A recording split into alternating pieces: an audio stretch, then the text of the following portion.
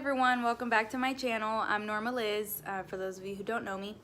And today I'm going to be talking about 6 tips or 6 things not to do as a single mom. Now, this can actually apply to you whether you have children and you're remarried, dating, or you're actually single. So, but these are just life lessons that I've learned in this journey. So I hope that it helps you. I hope that it's a blessing, and that there's at least one thing that you take away from this. I'm by no means a professional, so I'm just simply sharing with you what I've personally experienced. And if you like what you hear, give me a thumbs up and subscribe, and you can also tap the bell for notifications so that way you're notified when I upload a new video. So hope you enjoy. Thank you for your support. Okay, so tip number 1 is do not speak negatively about the other parent. Wow, I have been a witness to this. I grew up in a home where my parents were divorced, and as well as other people close to me where I have witnessed this happen. So one of the things that happens when you speak negatively about the other parent is you create resentment. And what happens is your child, when they hear you speak negatively about the parent that they love, they will begin to either resent you because they see their other parent in a positive light. So they see them as a good dad, and you're telling them all these negative things. They hear all these negative things come from your mouth. And so naturally, when you love someone, you want to protect them, you want to defend them. And so I believe that children are taught that there's good and evil.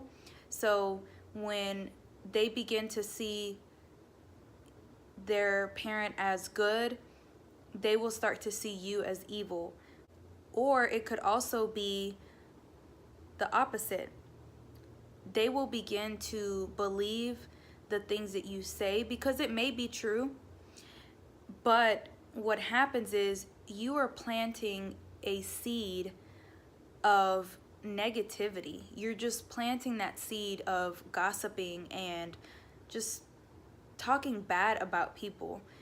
And is that really the type of person that you want your child to grow up to be?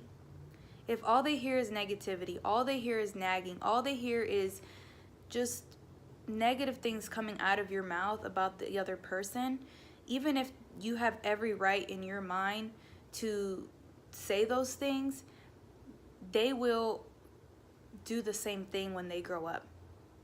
And God forbid that they go through the same thing that we went through, because we don't want that for our children. We want the best for them, right? So when you are planting those seeds, you're going to create this negative person, and we don't want that. So when you speak negatively about the other parent, they will feel like they need to pick a side. And that can be so stressful because you feel like as a child, you feel like if you speak positive about your dad to your mom, and you know that your mom doesn't like them and speaks negatively about them, you stop sharing certain things with your parent because they don't want to hear it. So instead, encourage your child to speak about the other parent. Probably thinking, well, what if they don't spend time with their dad because he doesn't come around, or he's in jail, he's in another country, for whatever reason that parent is absent, then I would just say don't lie either. I definitely don't encourage you to lie and put them on a pedestal and just talk about how wonderful they are, but just love them. If you don't have anything nice to say, just don't say anything at all.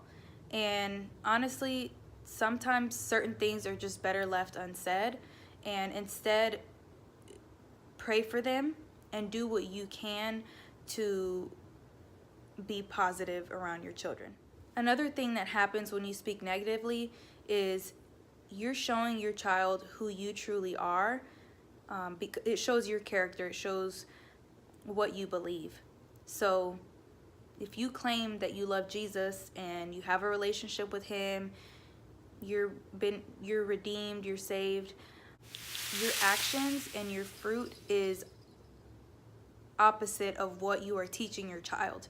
You're teaching your child to forgive, you're teaching your child to be positive, and you're doing the opposite. So children are watching you, and even if they're only 1 year old, you think that they don't know, but you create those habits. So start now. If you're at that point yet where you can speak positive, then just don't speak negative. Just stop it. Point number 2, do not use your child as a weapon. I have heard too many stories where one parent uses the child as a weapon, and what they do is they restrict the parent from spending time with their child. Sometimes it's for personal reasons. Maybe, there's still some type of emotional involvement there. They're like, well, if you can't be with me, then you don't deserve to see your children. I disagree with that. That is a big no-no. Another instance that I've seen is you don't pay child support, so you're not going to see your child, period. And that's really harsh because, and I'm not in any way saying that this justifies the parent not paying child support, but what reason are you going to give your child? Are you going to tell them, oh, you couldn't see your father because he couldn't afford it? Yeah, it doesn't make any sense. And, it's so easy to want to do that because it's not fair, right? Parents should take care of their children. Now, I don't know what agreement y'all have. I'm not saying you should put them on child support or you shouldn't. Everybody's entitled to their own opinions. Do not involve your child in that. Your child's time with their father or with their mother is important. And I understand there are certain parents, there are certain cases that the law specifically has been set in place. The custody order has been in place for a reason. It may mean that it's limited visitation, maybe no spending the night or what. But the point is, do not use that child as a weapon to your advantage because you're only harming the child. Point number 3, do not rely 100% on your child support as your income. Why? Because it can stop. The other parent can lose their job and you are depending on that. Your child is depending on that. So I don't think it's fair that you just use that as your main source of income, or as your only source of income, I'm sorry.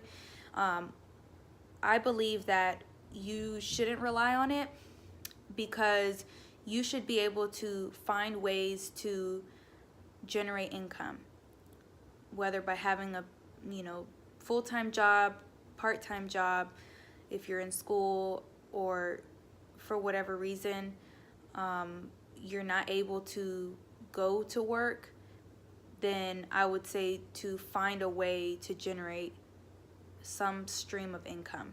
Just never know what's going to happen. And I'm in property management, and I've heard stories where, oh, I'm so sorry, I'm a month behind on my rent because I didn't get the child support that I was expecting to get.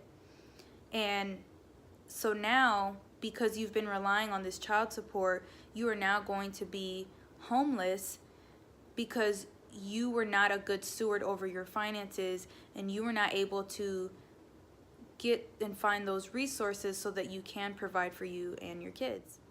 Point number 4 is do not say you are just like blank.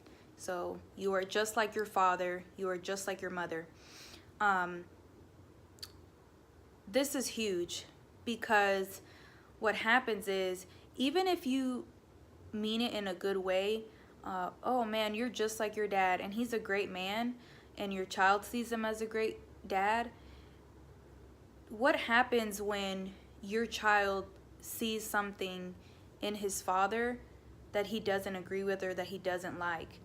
Because no one is perfect, and they will begin to compare themselves to other people, and they may even compare themselves to their dad or their mom. They may compare themselves and feel like they're not good enough because you have set the bar really high by putting them at that level and saying that you're just like your father.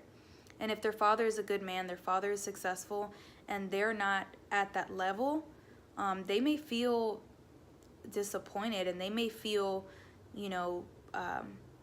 like they're not worthy. And you don't want them to constantly compare themselves to other people. And not only comparing themselves to their father, but even to their own siblings. If you're the only child listening to that, you're the only one who hears you're just like your father, and you feel like you're being treated differently. It's not a good feeling. So definitely avoid saying those words.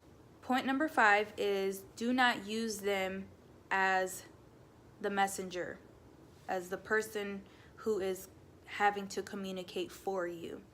So when you make your child become the messenger, think about the responsibility that you're putting on that child. So, example, you say, hey, tell your mom that I'm going to pick you up on Saturday instead.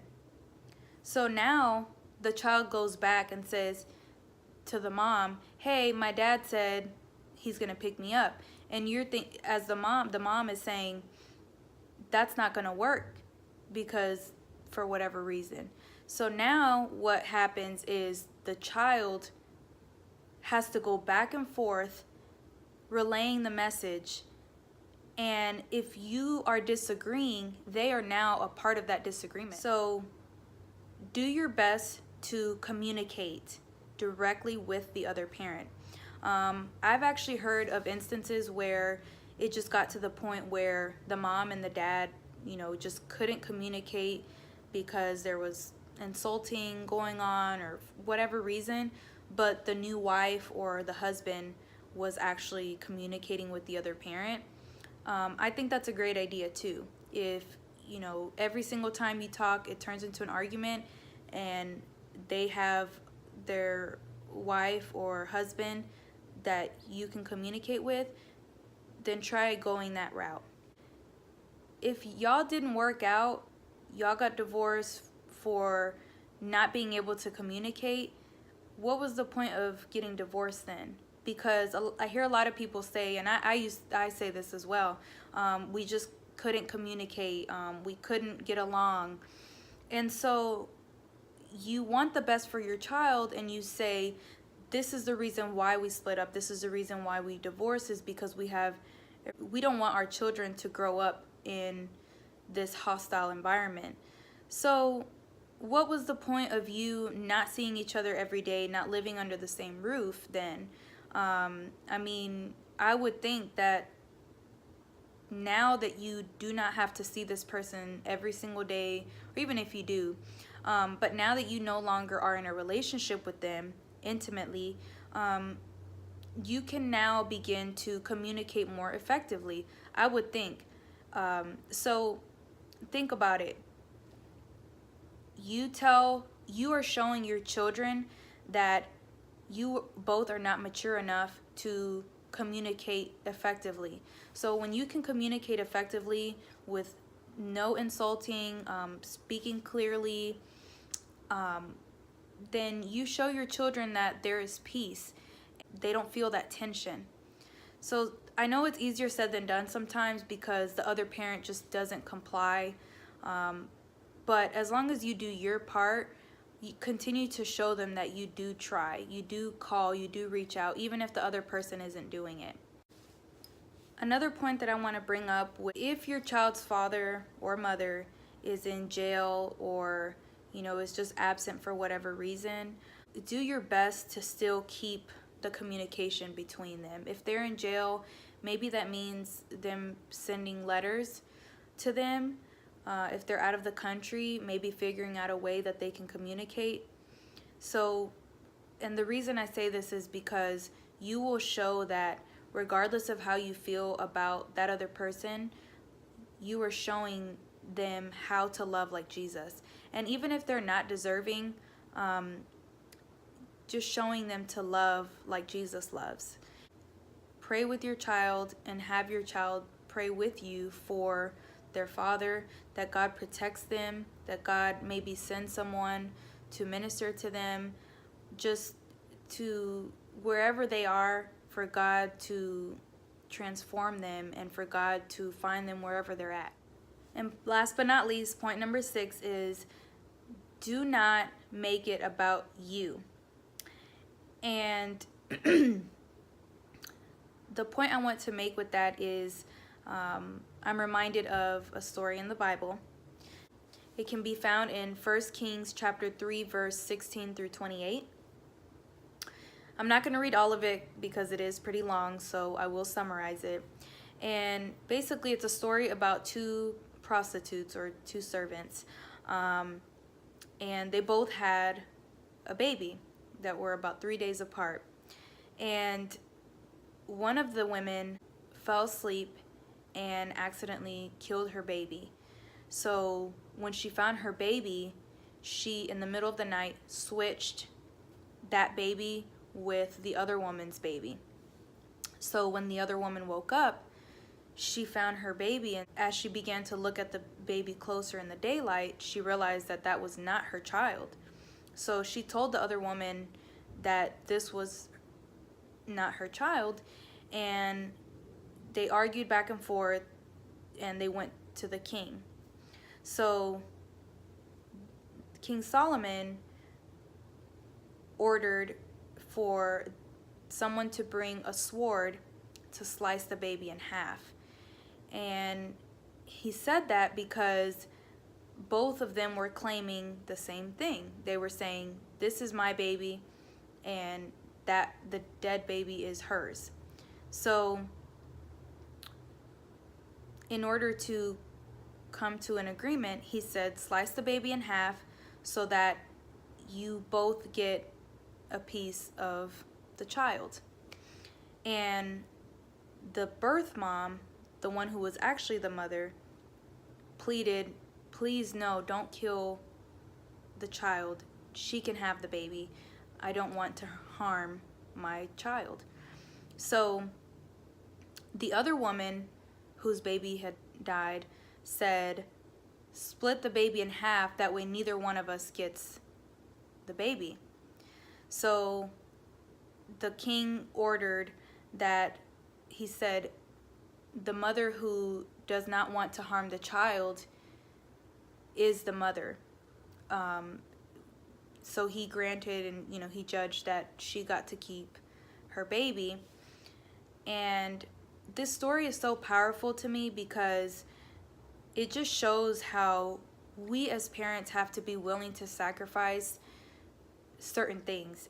And I know that we say that we deserve to be happy, and I don't disagree with that because I'm very big on mental health and all of that.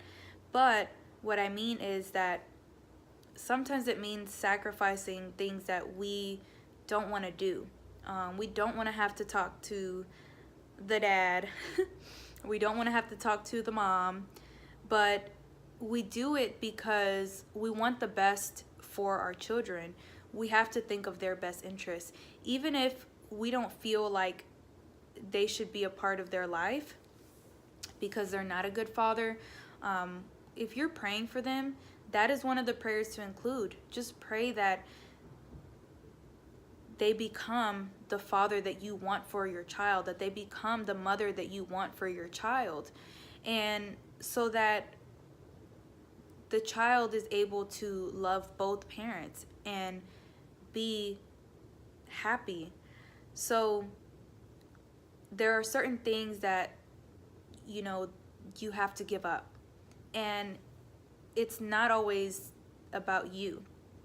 I remember when I was living in Houston and I was having to drive to Dallas twice a month. And I did that because I wanted my daughter to be able to see her father.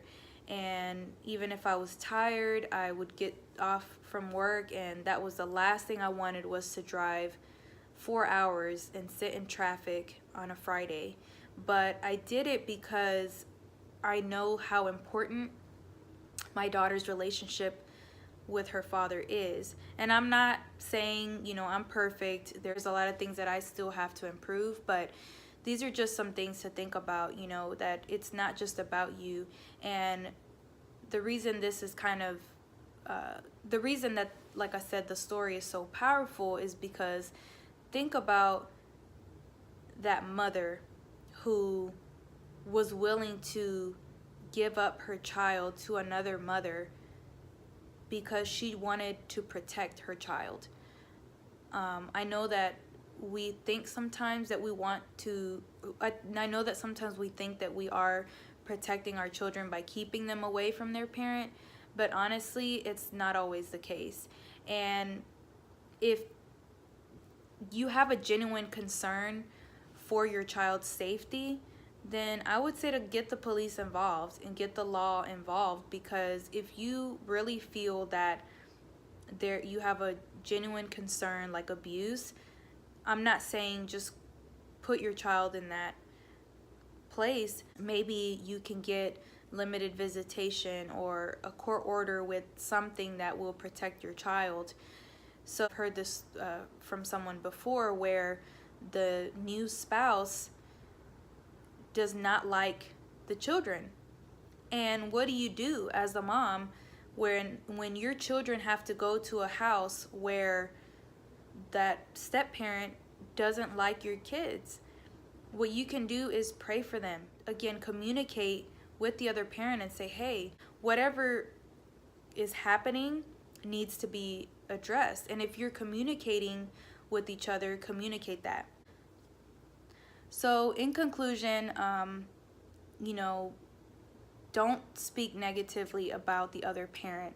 I know it can be hard because you don't want to lie to your children, but think about if you speak negatively about them and they're not in the picture, and when they do decide to come around, those kids are going to be afraid to go visit their mom or dad because they're going to see them as a monster and they're going to fear them. So even if the parent is absent right now, practice speaking positive about them.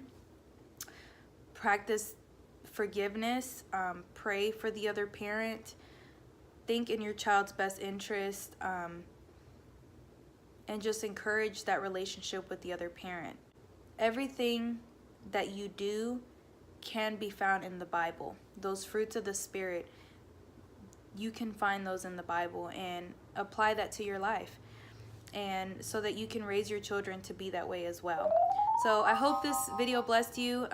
Thank you so much for watching. God bless.